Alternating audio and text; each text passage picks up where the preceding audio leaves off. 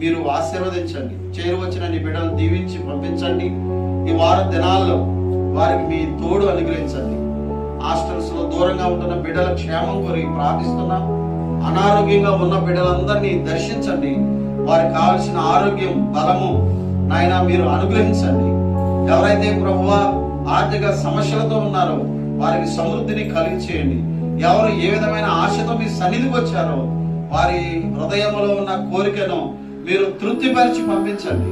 అందరినీ అన్ని విధాలుగా దీవించండి. చాలా జ్వరాలతో బాధపడుతున్నారు ఆయన ప్రత్యేక జ్ఞాపకం చేసుకుని మరి సీజన్ లో ఆ బలహీనతల్లో పడిపోకుండా ప్రభువా ఇబ్బంది పడకుండా నాయన మీ కాపుదల, మీ భద్రత, మీ క్షేమం దయచేయండి. ఈ ముందున్న వారాల్లో ప్రతి పనిలో, వారి ఉద్యోగాల్లో, వారి ప్రయాణాల్లో ఆయన మీ కాపుదల, భద్రత, క్షేమాన్ని కలిగించేయండి. యవన బిడ్డల ఉద్యోగాల కొరకు, యవన బిడ్డల వివాహాల కొరకు మీ సన్నిధిలో ప్రార్థిస్తున్నాం. ప్రభువా తగిన సమయంలో ఎవరికి ఏది ఇవ్వటం మీకు ఇష్టమో అది మీరు వారికి అనుగ్రహించండి. ఈ వారంలో జరిగే ప్రతి విధమైన పరిచర్యలను ప్రభువా మీ పాదాలకు అప్పగిస్తున్నాం.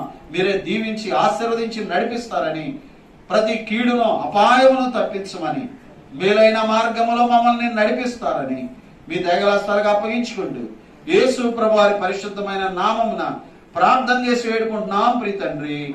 ఆమేన్.